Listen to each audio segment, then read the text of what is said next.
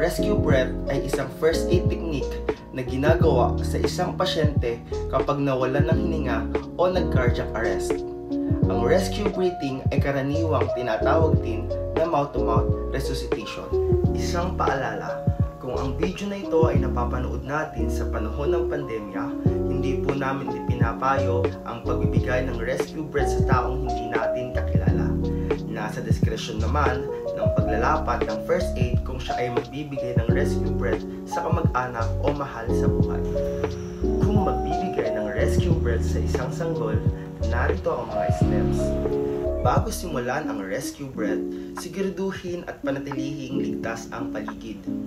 Magsuot ng mga BSI o yung tinatawag natin na body substance isolation katulad ng glove at mask. I-check ang level of consciousness ng sanggol. Maaaring gawin ito sa pamamagitan ng pagkiliti sa mga paa ng sanggol.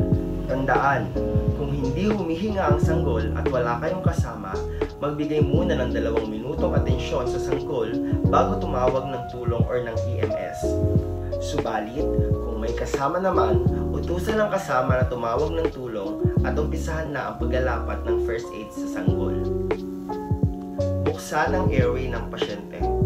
Maglagay ng tuwalya sa balikat ng pasyente upang maging alalay. Gamit ang mouth-to-mouth and nose resuscitation, hingahan ng sapat ang bibig at ilong ng pasyente. Once every 3 seconds at ulitin ng 20 times. Siguraduhin natatakpan ang ilong at bibig ng sanggol. Pagkatapos ng 20 cycle, i-check muli ang rise and fall action sa dibdib ng pasyente. Ulitin ang procedure hanggang sa magkamalay ang sanggol, makahinga o dumating ang emergency medical services.